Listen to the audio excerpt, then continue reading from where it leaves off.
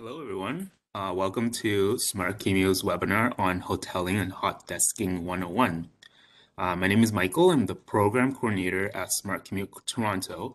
Smart Commute Toronto is a City of Toronto program that partners with employers to bring commuters a better way to travel.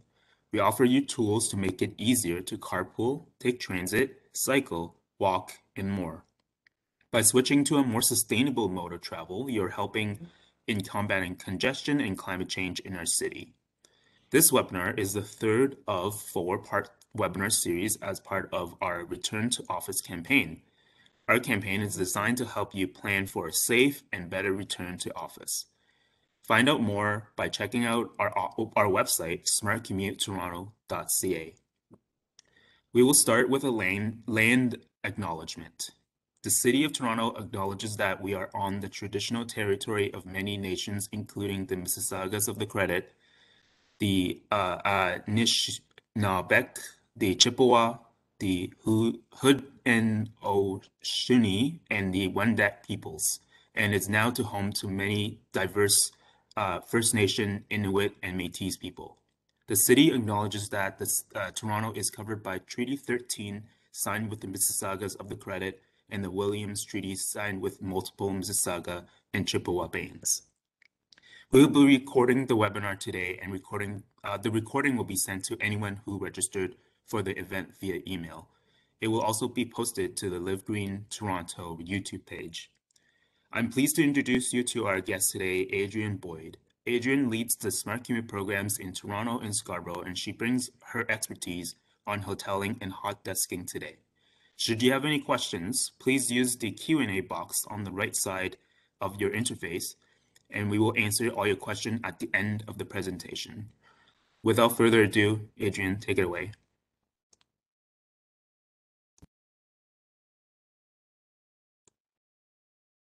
Adrian, I think you're muted. Thanks so much, Michael. Classic. So thank you so much for joining us for Hoteling and Hot Desking 101. One of the key concepts of sort of the return to office part of our campaign is really thinking about what the office will look like in the future and how we're going to be using those offices differently now that so many roles have been able to move back into being able to move into the home, where that is often a fantastic choice for a lot of people. And many workers would like to continue using a work from home option well into the future, hopefully far into the future when the pandemic is in the rearview mirror. So today's topic, we're going to talk about sort of the office part of the return to office.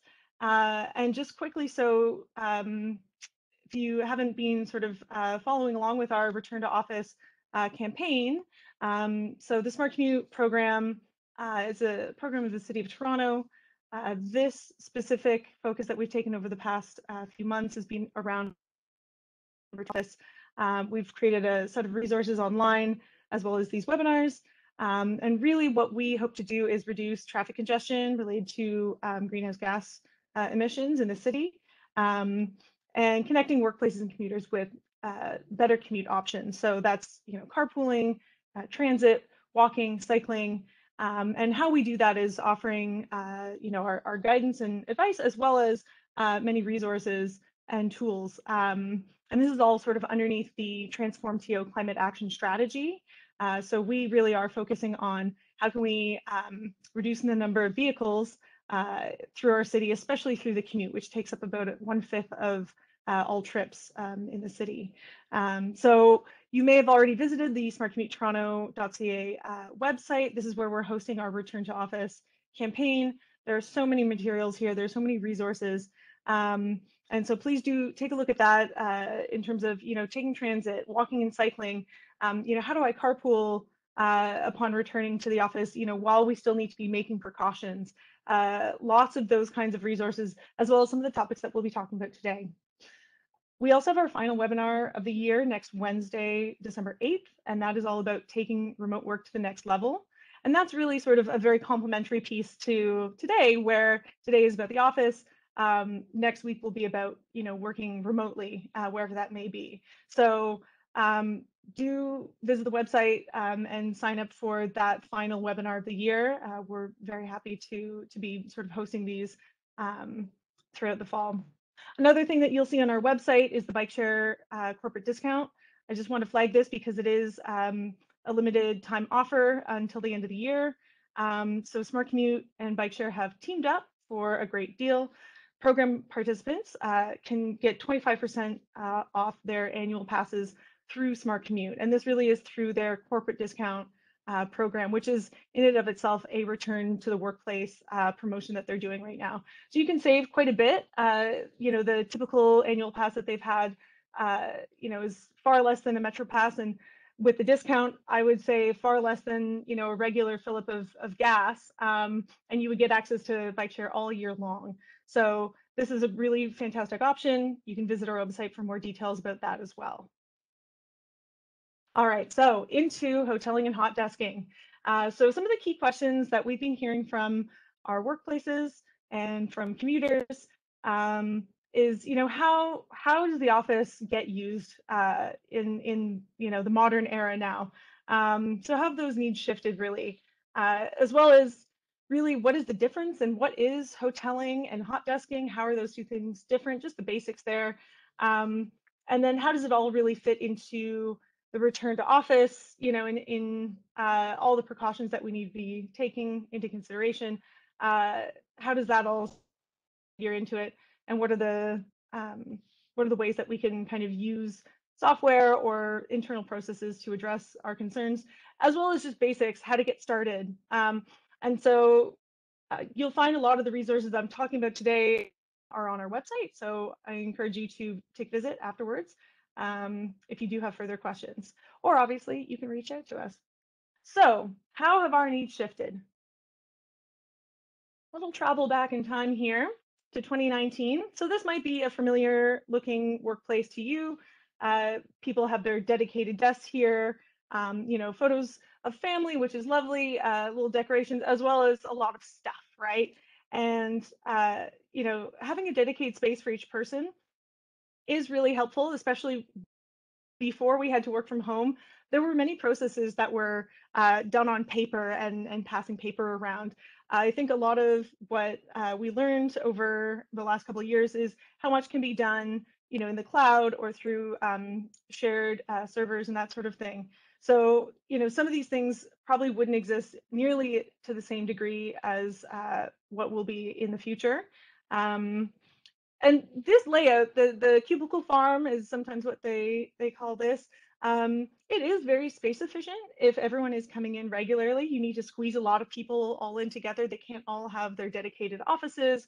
And, it's not fantastic, right? It's quite a loud environment. And this is somewhat space efficient for when people are going to be here 5 days a week, but it is not efficient if your workforce is only coming into the office occasionally or part-time. Having a dedicated desk for someone who's there twice a month or twice a week even, it's going to feel very empty, and it is, because it's quite wasteful. And the other issue is that you're really not addressing some of the hurdles that you're going to be facing when you return. So one of them is, coworkers are in the office or not in the office. How are you coordinating that? How will people know, even if they are not their direct manager, and this is not critical for them to know that so-and-so is in the office or not today? It's nice for us socially to understand who we're going to be working with in the office that day. And you also need to be coordinating, how many people are going to be in the office, try to coordinate physical distancing. If we take a look at this photo, how many people are being physically distanced right now, right? So these are things that we may or may not have to consider into the future, especially if we're going to be returning to work, in the coming weeks or months. So, we can't really go back to this, and I think a lot of people would agree that we really shouldn't either, right? So when we return to the office, rethinking how space is used, we Again, should just a improve. note. Yep. I think there the presenter slide. We're seeing the presenter slide, so yeah, Oh, yeah. goodness. I'm so sorry. This Thank is a you mistake for, to switch over to the presenter goodness. mode. Yeah. Yeah, let me see if I can share. I, hmm.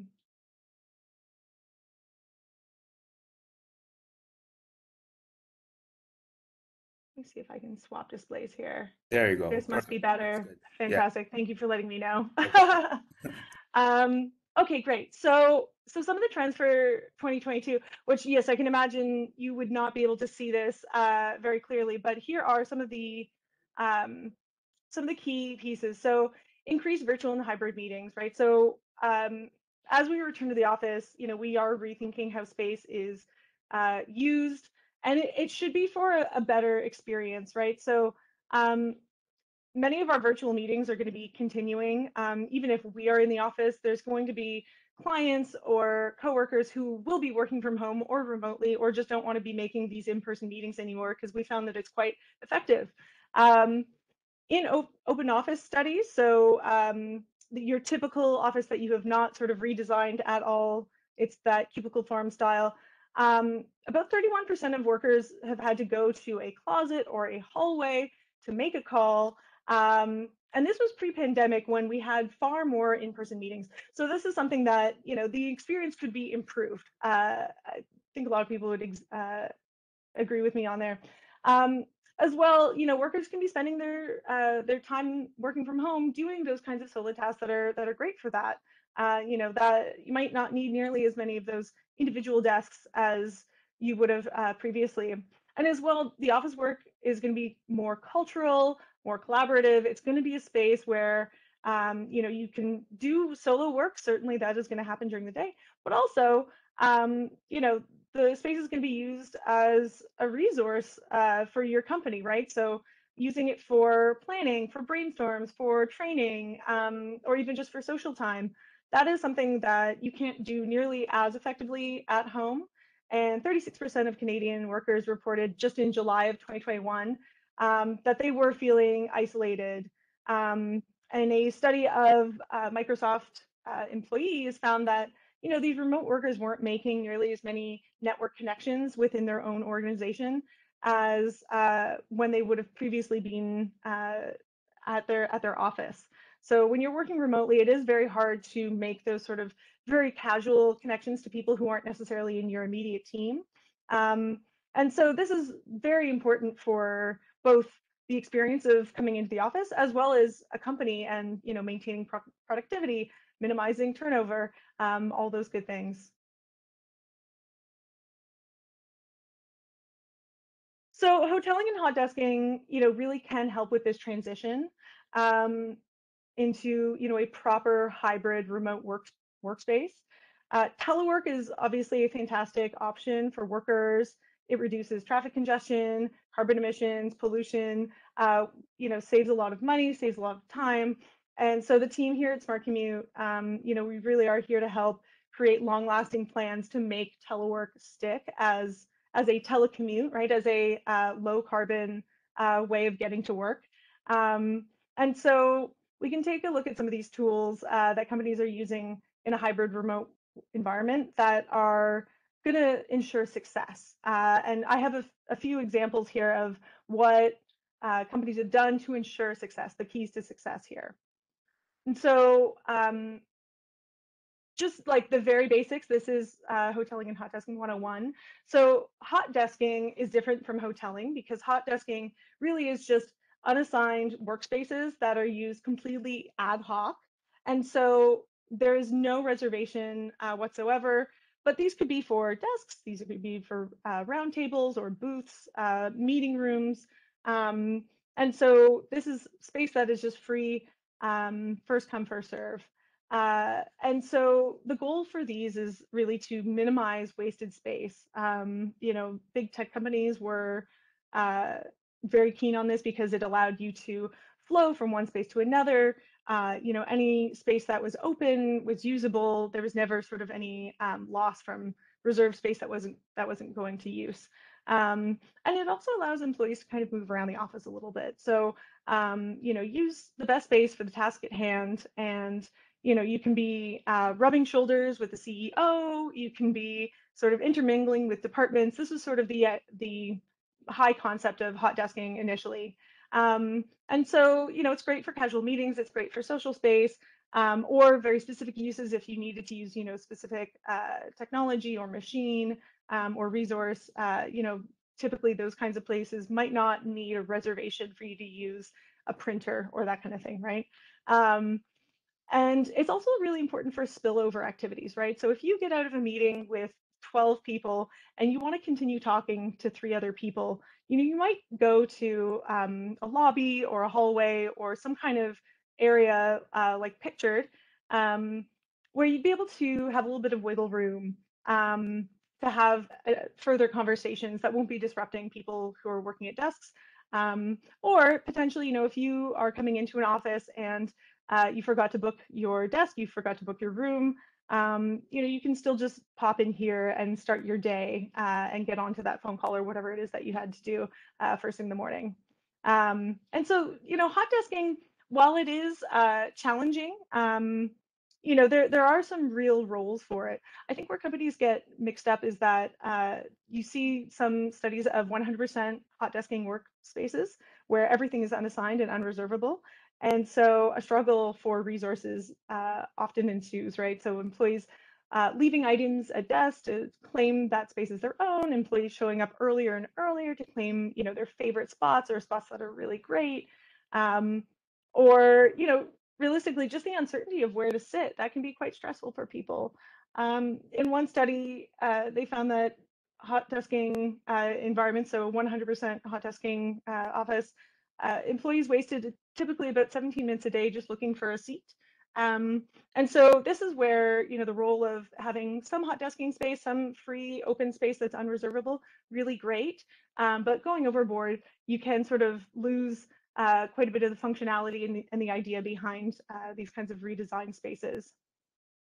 In terms of hoteling, what you want to look for, or the goal rather, for hoteling is really to know in advance that you have a space reserved for you ahead of time for the rest of the day. So while this is still an unassigned seating plan, you no longer have a dedicated desk, which is scary to a lot of people.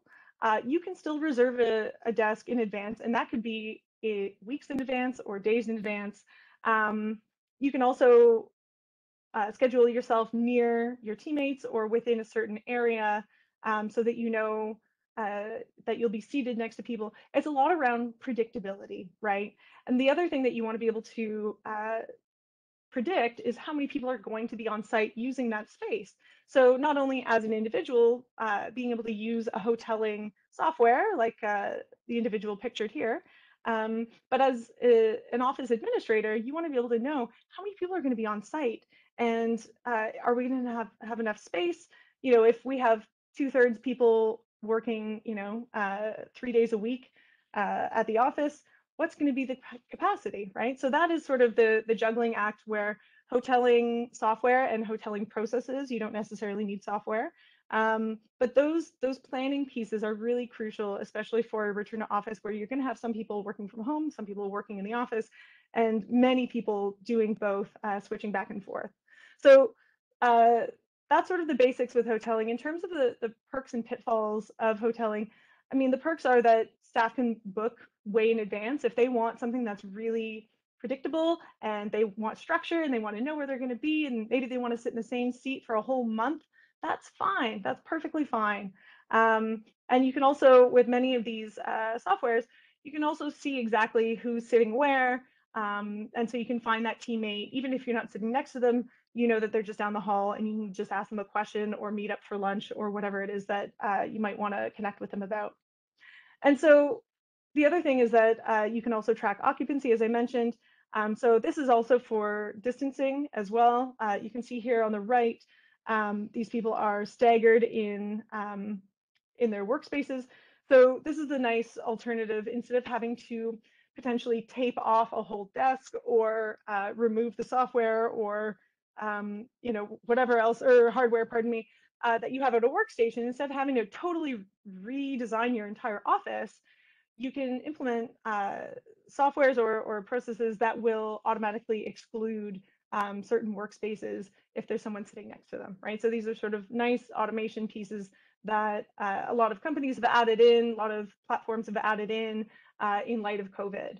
And so, it saves you a lot of time in terms of having to move things around in your facility. It also helps people sort of understand that, there's a basic level of protection and thought that's going into how they are coming back to the office. So in this scenario, there's also some people who would not be well suited to a hoteling structure, right? So obviously folks who really need a lot of privacy, you might think of HR folks who are on very sensitive phone calls or having sensitive face-to-face meetings, as well as IT security or healthcare, right? There's just some folks that really do need a private space away from others. The nice thing with hoteling is that you could also potentially block out certain areas where only people from a certain department would be able to book that. If they, if the HR team definitely needs 4 or 5 offices that they're going to use every single day, that might work for them. The other thing is if someone is coming in 5 days a week, absolutely, they're never going to be working from home, they hate it, that is perfectly fine, that they potentially just have a dedicated desk in there, right? So there is flexibility here in terms of you could have hoteling for a certain block of your desks. You could have a few hot desks or a few hot tables, round tables and booths and that sort of thing, where people can just kind of drop in as needed. And you could also have some dedicated space where you're just going to be having your workers there because they need that. That's necessary for equipment or preference, that sort of thing too. So a mix of those things are really helpful. So I want to move on to a few examples here to keep it kind of fresh. So our first example is actually something through partners in Project Green, highlighted this as a fantastic case study of a hybrid workplace that actually happened 10 years ago. So it was a very different time back then. And BMO wanted to essentially find a better way to use their many office spaces, lots of real estate that was being used by their teams. And they just started with a hoteling pilot just to see how it would go. And so they started with just 160 employees from a couple different departments. 100 of them were already considered mobile, which I think is very similar to what you could compare to hybrid today. These were folks who had a desk at the office, but were often offsite, visiting clients or visiting work sites or other offices in their portfolio. And so these were folks who were not in a whole lot. They were in a couple times a week. And so these mobile employees could book space at their headquarters, 55 Bloor, or at one of their 5 touchdown sites, which they also designed into this pilot, which were across the GTA. So if that was closer to them and they just needed sort of an office space, they could use one of those touchdown sites as well. And so in a 6-month pilot, at the end, 85% of those employees did prefer the B mobility, is what they called it, over the former way of working of having that desk and not really having a whole lot of flexibility in terms of technology and space and that sort of thing. So a key takeaway here is that BMO also tracked their carbon emissions, the related carbon emissions from this pilot.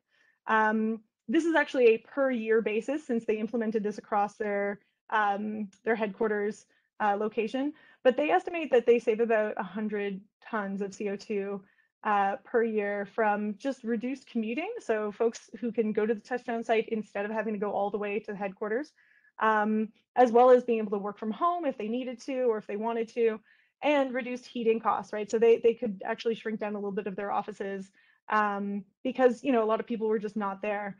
They were also able to reuse a lot of their spaces. So the picture here is on the right, and it really illustrates how yes, you have some standard desks there that are quite basic, but have everything that they needed. Remember, this is 2011. And so what they were able to do is have a lot more breakout spaces. You can kind of see it farther over here on the right, more breakout spaces, more collaborative spaces, because that's what people were doing on site, right? That's what they already found. So this is kind of a great way to to look at how hoteling is being implemented before in industries that have been using this for a long time. Um, and just to note, each mobile employee was also assigned a locker on site. They got one filing drawer that they were able to put all their paperwork into if they needed it. They were also issued a laptop, a BlackBerry, very 2011, and a virtual private network token ring as well. What they chalk up to sort of the real success, though, was through communications, right? So employee feedback was welcomed, and they sought it constantly throughout the process. Online training for how to use it, instructional webinars, lunch and learns, town halls, and really manager training as well. So this is sort of the keys that you want to focus on. They agreed that technology was really central to this as well, having good technology. I think in 2021, we're in a much better place, and we likely have figured out many of the technology pieces. Here's another really great case study. Again, this is pre-pandemic, which I think really speaks to how much things have changed and how much more ready we are for hoteling and hybrid workspaces. So Georgia Pacific is located in Atlanta. They had what they call the Blue Sky Project, and again, it's quite a small group of employees. They took the 160 employee pilot, and they created 135 spaces for hybrid workers. So that's 85% at capacity. So not everyone could come in at the same time, but this is where the hoteling came into it. So they were able to have bookable sit-stand desks, so very ergonomic workspaces, focus rooms, huddle rooms, and conference rooms. So what they found really was that so often people were not using huge conference rooms. It was really just 3 or 4 people. So they started introducing huddle rooms and focus rooms, which are individual workspaces, so that people could have calls and have small discussions without bothering people in the open office. And so that really made sure that capacity was never exceeded, and anyone who wanted to come in could come in anytime they wanted. They also created neighborhoods of hoteling spaces to keep teams together, which I think is great. So if you were in the accounting department, you'd be able to sit with your colleagues regardless of who was in the office that day. You'd be able to find that. You'd also still knew where those departments were, generally speaking. If you were off to look for HR somewhere, you could walk down the hallway and know vaguely where you're going to be seeing people seated. So it gave, again, more of that predictability. The nice thing too is a lot of these hoteling apps, they also show you on your phone who's in that day and where they seated if you need to go find them. What Georgia Pacific found was that the benefits overall was that there was far less friction in the ability to move around the office from your desk to your meeting room or between home and office without having to constantly sort of pick up everything and move it along. So again, being thoughtful about what kind of work gets done there, what will they need, that's so important as well.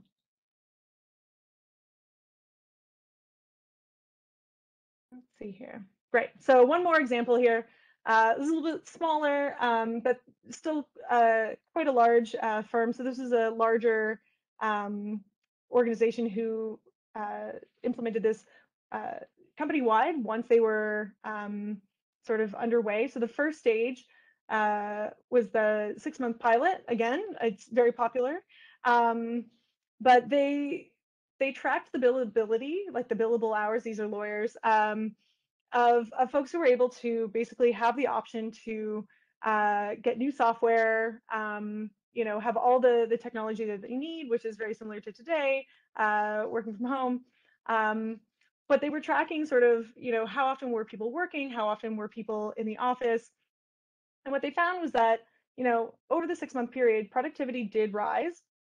One thing that they could not guarantee, but they suspected, was that the commuting hours that were saved by not having to come into their San Francisco office where this takes place, they were able to contribute that to productive time either at work or getting all the admin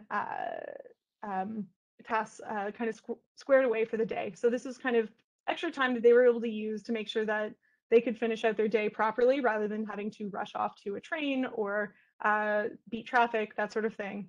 And so once they sort of implemented this, they rolled it out to the entire company. So this was something where they were across 3 floors of a building.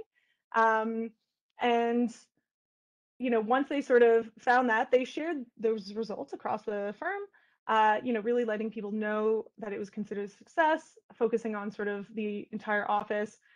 People were able to say, do I want to work in the office?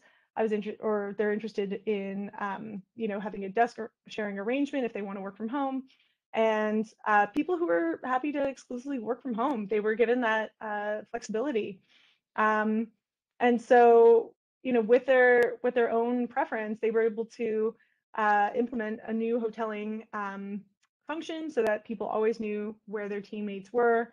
And something that was really great for them was that they prioritized pods, so department pods, being able to book out space for teams. So if an entire team or large team wanted to have a space where they would be going in regularly. So, for example, the real estate team reserved Tuesdays and Thursdays at the office with a team lunch. And so that was able to really drive up that social use of the office and get the most out of that shared space, because so many of these teams were perfectly happy working from home, and it was perfectly effective for them to be kind of anywhere. So when they reimagined the office, they were thinking about, what do we want to prioritize? So they prioritized that pod system that they were using, which I think is just fantastic. And so, from here, they've updated. So in 2021, they are continuing with this. They're now expanding this across 4 other offices across California. And so, they are going to be able to have people come into whatever office they need, whatever office they may be living close to now. Many people have moved, and so that's kind of a really great marker of success. The other thing that they mentioned was that being able to track metrics such as turnover, productivity, ability to retain your talent and your clients. Those are all things that companies should be considering as well. Okay, so great examples, but how does it fit into the return to office plans, right? Because this is sort of a new era. Many of those examples were from the pre-pandemic times. And so in terms of managing a hybrid return, what you want to be thinking about, again, and this is kind of a common thread throughout many of those examples, was understanding how each employee would like to be using that office and really taking to heart how they would like to be using it. Natural step from there is maximizing that office space for whatever new role that is. Your type of work, your line of work might require very specialized machines or place-based work. I think of healthcare and that kind of thing where you often need to be there in person. But so much of it is mediocre design that we sort of lived through. So in terms of returning, having people come back to the office, having people value that time in the office, you do want that experience to be as good as possible. So maximizing office space for more meeting space or more call space or more social space, that might be the key to people enjoying their time on site. Also reserving space for team meetings and trainings. So that's very similar as well. You also want to be tracking how this space is being used. So as mentioned in the last example there, you do want to have some metrics of how the space is being used, not only because you want to manage capacity, but also because you want to understand how is this space actually helping people, right? If you have certain desks that are never being booked or never being used, there's a problem. That's a wasted space. It's not serving people very well. And when it comes down to it, this is ultimately a resource for your company. Your company isn't the office, your company uses the office. And so one example, and this is a post-pandemic world, is SAP Montreal. And so part of their return to office plans, which they announced in September, they technically announced it in January, but they've started to roll it out in September, October, and into 2022, is that you can either work from home all the way until mid 2022. That is a predictable option for you if you'd like to do that. But employees at their Montreal office can also start coming in for a hybrid office option.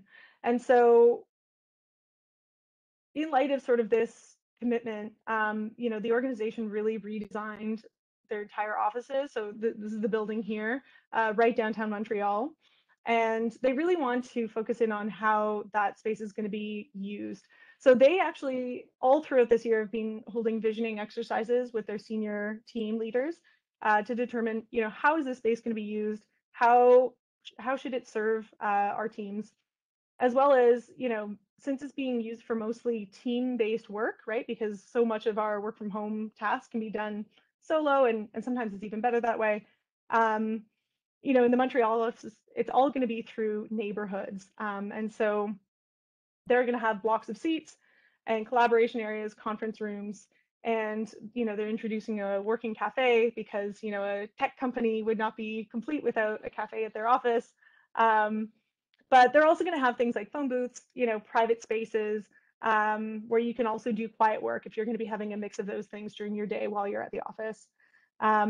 So through this, they found that they just absolutely needed a room booking app or a space booking app. So they actually created their own, and so that way, employees can reserve a seat. They can exclude people from within their 2-meter physical distancing policy. And they can also see when colleagues are in the office and where they've chosen to sit, which is nice and predictable there as well. So that is sort of a really great way of seeing how they're implementing this, because so much of our return to office has some level of uncertainty and some level of you know necessary resiliency or flexibility in our plans. And so hoteling does allow for that because you can track both who's going to be in the office as well as understand, if you needed to put restrictions in place or you needed to roll that back, um, that option is there. It's built in, right? So this is sort of a way of protecting yourself from changing circumstances. Hopefully it's only going to get better, and whether people want to come in or not is just strictly going to be preference, but who's to say? So this is kind of a great example of that.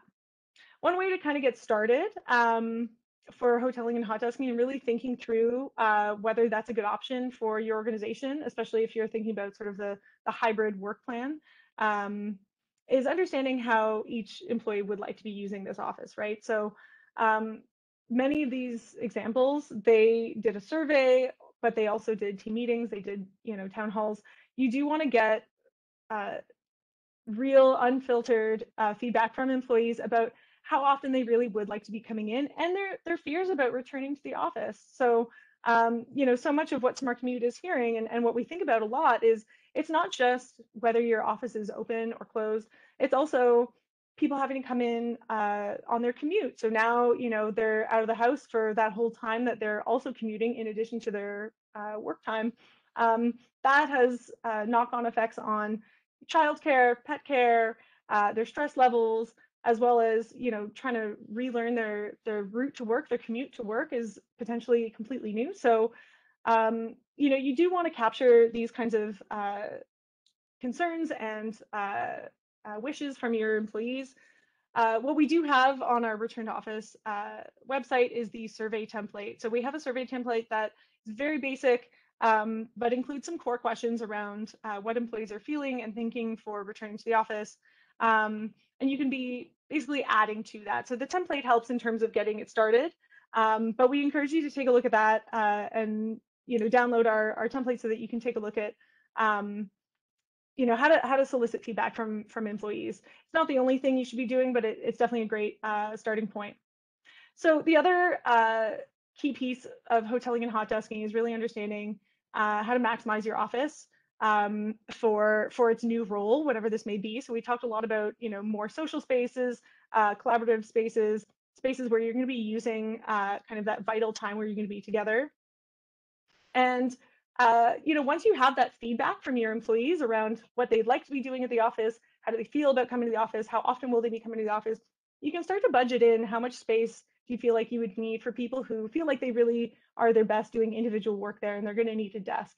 And then there's going to be a lot of other space that you can use for all the other activities that you'd like to be doing.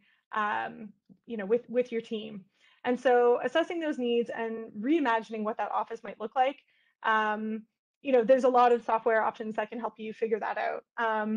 But some of the considerations here, right, are the number of employees, the number of desks, the number of offices, as well as considering your technology needs. So if your office was not very high tech before, because of the nature of work from home and how everything has changed, basically, that is something that you should really be considering as well. So because this is hoteling and hot desking 101, the next steps would be that you could go to our website and download our office hoteling guide that we've also created. So that walks you through some of those processes of getting a hoteling pilot up and running, the key steps there. It's a little bit more in depth than what we're going to be touching on today, mostly because we want to kind of fill out more examples, Q&A, and that sort of thing. But there are quite a few different platforms that you could be considering. But before you even get to that technology piece, you certainly need to be understanding what your needs are and what you're going to be looking at for your own situation. And so for sort of the next steps from there, so being able to track usage and adapt where needed, this is also kind of a crucial piece. So regardless of whether you hire out a software platform where you can track the number of seats and you can track the number of rooms that are being booked and understand how many people are coming onto the site each day in general to manage your capacity, you really should be thinking about tracking these metrics over time. So the software companies that offer these kinds of platforms, very helpful. They have great tools. You can also accomplish this on, a Outlook calendar or a Google Calendar or, whatever brand you may be using. But using a shared calendar of some kind can also work if you have a small organization or absolutely zero budget in terms of dealing with this kind of hurdle. But at the end of the month or at the end of the week, when you're looking back on how the space was used, it really is worthwhile to record how this was used and where adjustments can be made, right? So low demand spaces, as I mentioned before, high demand spaces that are constantly being booked out. What does that look like? Why are those so popular? As well, I will just point out that you can track climate emissions and financial impact, so savings, time savings, money savings of telework through the Smart Commute tool. So this is a very short plug, but for the Smart Commute program, which is a program of the City of Toronto, we have a whole platform to help employees figure out what their commute will be, obviously making it much, much easier for them to connect with carpool partners. So people can post carpool trips, post seeking carpool partners on our website here, just pictured here on the right. And so that platform can help people find carpool partners as well as plan a transit commute or a cycling commute or a walking commute, or cycling to transit or walking to the GO train station. It's a multimodal function, and it also, as an admin level, so as a company where one person will be designated as an admin, you'll be able to track these kinds of impacts. When people record a telework commute and they typically drive, the platform will automatically record what those emissions would have been and how much that's been saved. And so your company can turn around and say, hey, look at what we've saved. Or as an individual commuter, you can turn around and say, hey, look what's been saved. Because I've switched from, driving every day to carpooling at least a couple times a week and then working from home. So that's a really great way of sort of thinking about, how does this translate not only for our company, for retention, for productivity, for employee satisfaction, or as an employee for, time savings, money savings, that kind of thing. But really thinking about hoteling and hot desking as part of this hybrid work ecosystem, right? And so you're gonna be working from home sometimes, you're gonna be in the office sometimes, and we wanna make sure, as Smart Commute anyway, that that telework option stays as a really fantastic option for employees, and it doesn't have sort of that breakdown from sort of confusion around hot desking or confusion around, when do I come in and when do I don't, and where do I keep my things. So we as a team are very happy to help your organization walk through this, or your team walk through this, and figure out some of those key considerations, as well as I mentioned before, so many resources that we've created to try and help you through this transition as well. So that, as we look into 2022, we can really think about what we want out of the office and what we want out of our commutes, and really look into a far more sustainable, resilient future that we really did get to have a do-over and make big changes, and not just have to go back to the old ways where it was okay, but it was not great.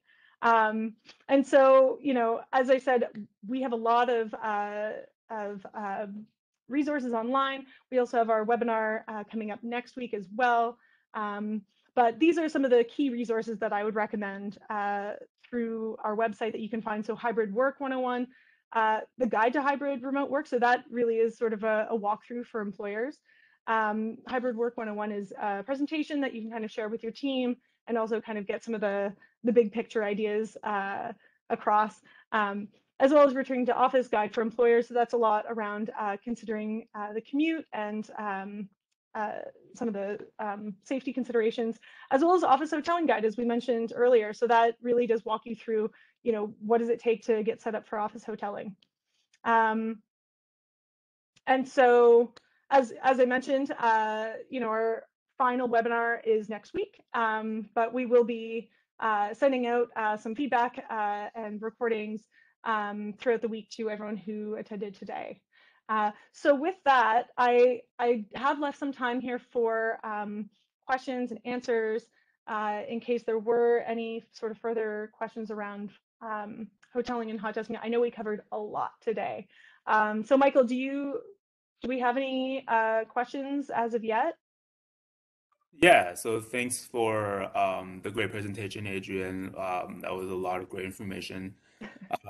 We have let's set aside 5 minutes for any questions and question and answer period. So attendees, you can use the Q&A box on the bottom right of your interface to ask any questions right now. There have been a few questions rolling in throughout the presentation. So here's the first one. See here.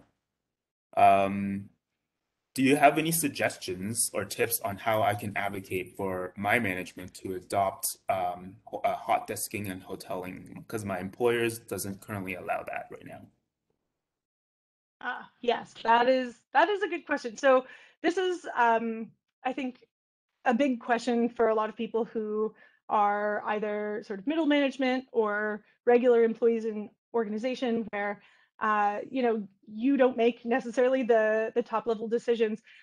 Something that is really encouraging is trying out what you might call a pilot, right? So having a few volunteers, and it can be within just a very small team, but having people agree that let's try this out. And there are a number of very low cost or free trial, one of the three options where you'd be able to try out one of these hoteling softwares where very little cost. You'd be able to show that it works well, that people like being able to see where they can go, and again, relatively small team that you could try that out with.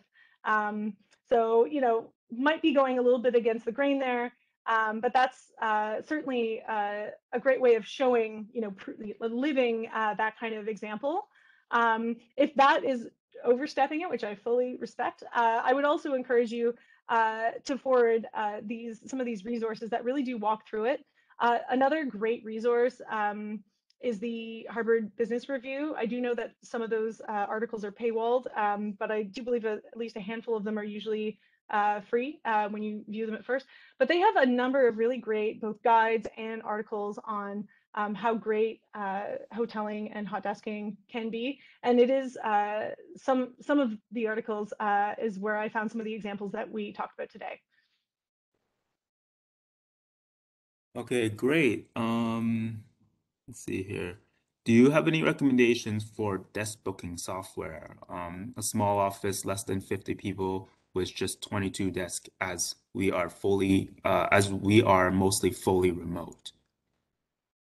Yeah, yeah. So, I mean, it can be tough. As a City of Toronto program, we don't want to necessarily recommend like one vendor over another. But if you Google some of the smaller hoteling tech, so I'm thinking of let's see here. There's like Ya Rooms, Skeda. There's actually also things through Outlook, like Microsoft Outlook, that might be included if you already use that platform. And Google Shared Calendars as well. If you use the Gmail platform for your business, those are very affordable platforms that you can try out. That especially for a small office, some of those things are free permanently because you are such a small fish, and they typically are looking for these really huge corporations. So they just offer a free version for small organizations. So I would recommend looking that up. Those are a few examples, obviously not recommendations per se. But yeah, that's hopefully a little bit of a head start for you. Okay, great. Just we'll do one more question, just so that we can end early, and maybe people can take a little break before going back to work. In your presentation, you mentioned technology is helpful. I don't think my employer will be willing to spend money on tech-based management. So this question kind of like you answered a little bit about like the free or low-cost space management tools that you can recommend. That was touched upon a little bit there. Um, do you want like do you have any more things to expand on that one? Yeah, yeah, no, I fully understand that. Some organizations are just not going to necessarily see the value of a software that's going to help people, find their place or book a space ahead of time. Um, but especially if you're a smaller organization where you think people are just going to see desks and they can just go and it's fine.